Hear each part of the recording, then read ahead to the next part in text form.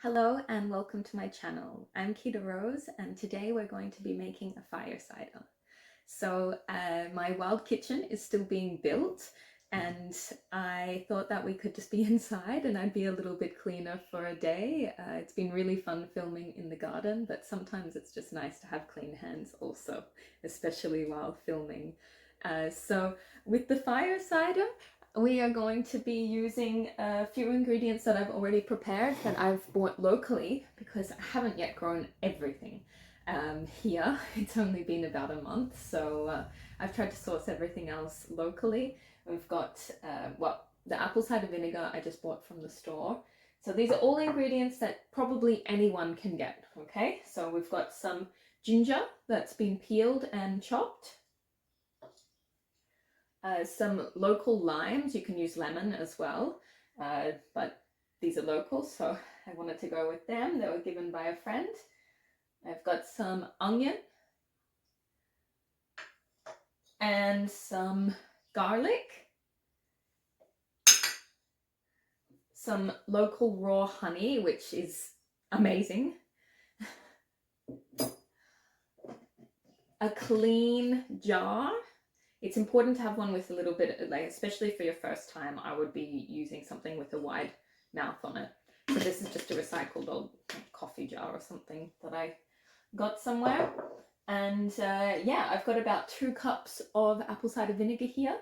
And then now we're going to go into the garden and pick a couple of extra herbs and some chilies for a little bit of spice and flavor in it. So let's go in the garden. This is Chinese 5-spice. In Mexico they call it oregano, but I'm not sure really what the proper name is. Just a little sprig of rosemary here. I just planted this one, so we're only going to take a few little bits from the tips of them. That will encourage more growth on the other parts and not strip too much of it. Okay, so that wasn't really the most fruitful harvest of herbs, let's say, but we just began, so it's okay. Now let's go and get some chilies.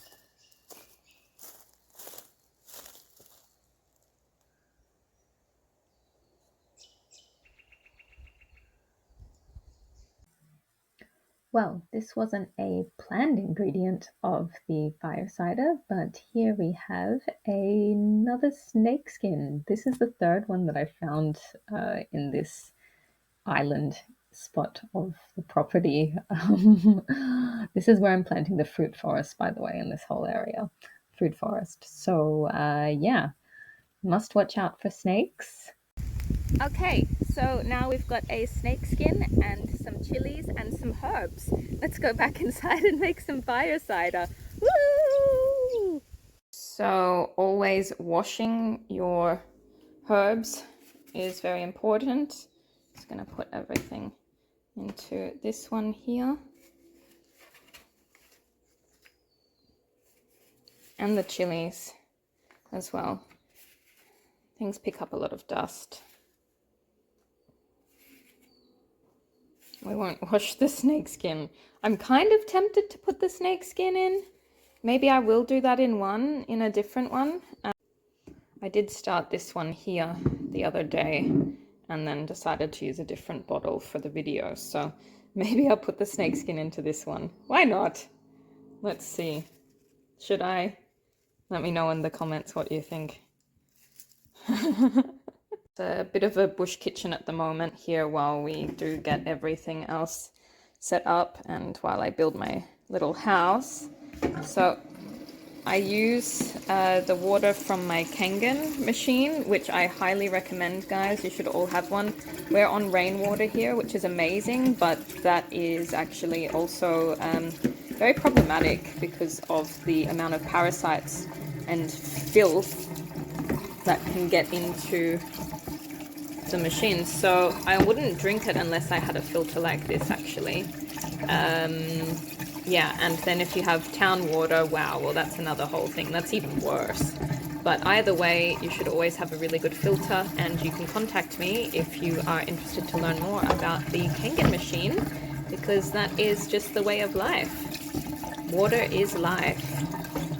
it also, it not only filters a lot of the baddies out, but it also changes the pH. So I'm just doing everything with a high pH at the moment because that's the good stuff, and there'll still be a little bit of water residue on everything. So, oh, amazing. Okay, and we're back. So we got everything that we needed. We've cleaned it all with the magical water. And now we can start adding everything in. So, jar, what I'm going to do is, well, start with, I think, a layer of onion. So I'll just throw in some onion bits. Basically, you can just throw in whatever you like for this. There's no real certain way to do it, or as far as I'm aware, I think it's just something that you can pretty much put anything like this in. So let's throw in lots of onion. I don't really love the onion in these so much, but I do understand how good it is for you. So you know, we'll keep it. The onion, then maybe some lime.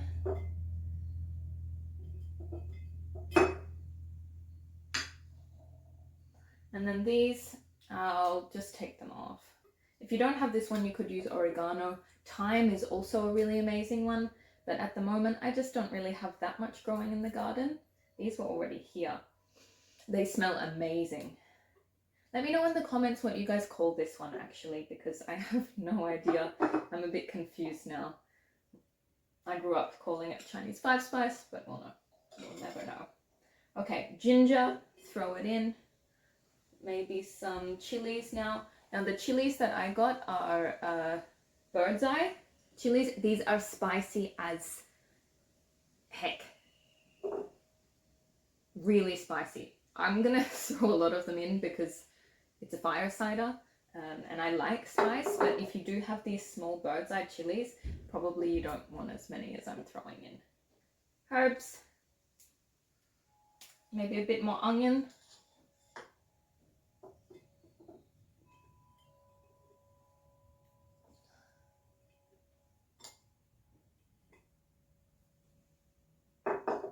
Bit more lime.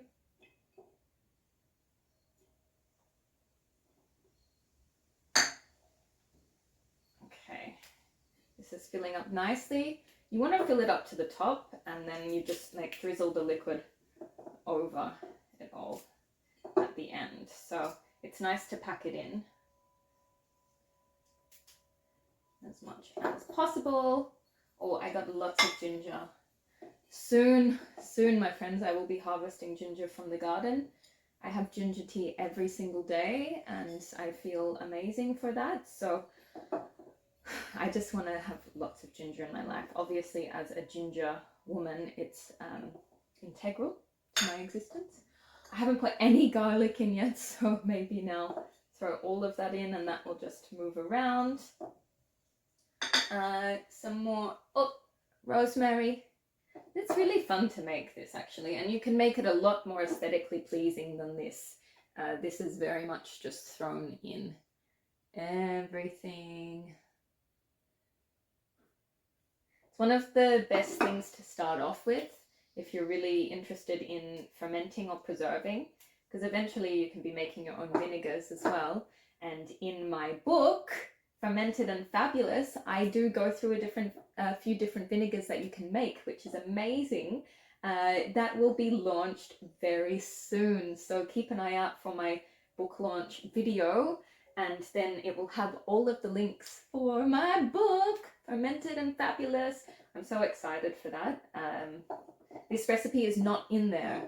It's more about actually creating the ferments yourself in that one, but also some really yummy recipes for using the ferments that you make. So a lot of it's even like comfort food. It's so good, like nachos, fermented probiotic nachos, hummus, cheesecakes, eggs Benedict, lots of yummy like baked potato dishes, because I make the sour creams and I show you how to do that as well. Some more chilies, why not? It is fire cider. This is like rocket cider, maybe, with this amount of chilies in it. Oh, we're gonna be healthy. I'm just gonna throw them all in. And then a bit more lime on top. This is going to be so good, so good, so good. So now I would recommend that you actually put the honey in the apple cider vinegar first. I do this because I get raw honey, and I would recommend you do the same. I mean, look at that. This is what honey should look like. It should not be dripping. Unless it's like one of the darker honeys or something. Maybe some can be dripping, but raw honey should look like this, quite crystallized, like a paste. Spoon. I'm gonna do a big amount. Look at that. Oh, yes. So good. No. First for the fire cider, then for me. Okay, so I am mixing that in. That probably will take forever.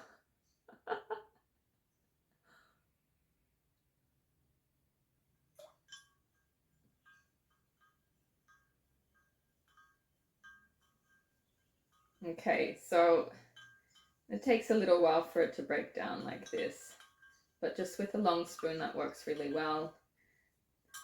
It won't be perfectly dissolved into it, but it's getting pretty close actually. Oh, even just this on its own would be actually very delicious. I might make a honey apple cider vinegar experiment. So you can put a lot of other herbs in. I know I said that before, but maybe you could get adventurous with it and put some really amazing different herbs. You could have a fire cider that's for immune boosting, but also for maybe for brain health or focus. Like you could put lots of gotu kola and brahmi in it if you wanted a brain one. If you wanted like fertility herbs in it, you could do that, or one that's good for when you have your cycle. Options are endless.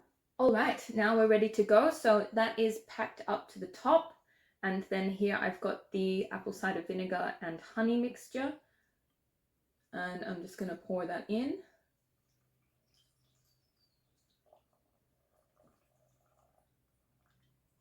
It was a bit of a guesstimate of how much I would end up using. I would just recommend that you have, if you've got something about this size, then that was 2 cups, just under 2 cups of apple cider vinegar.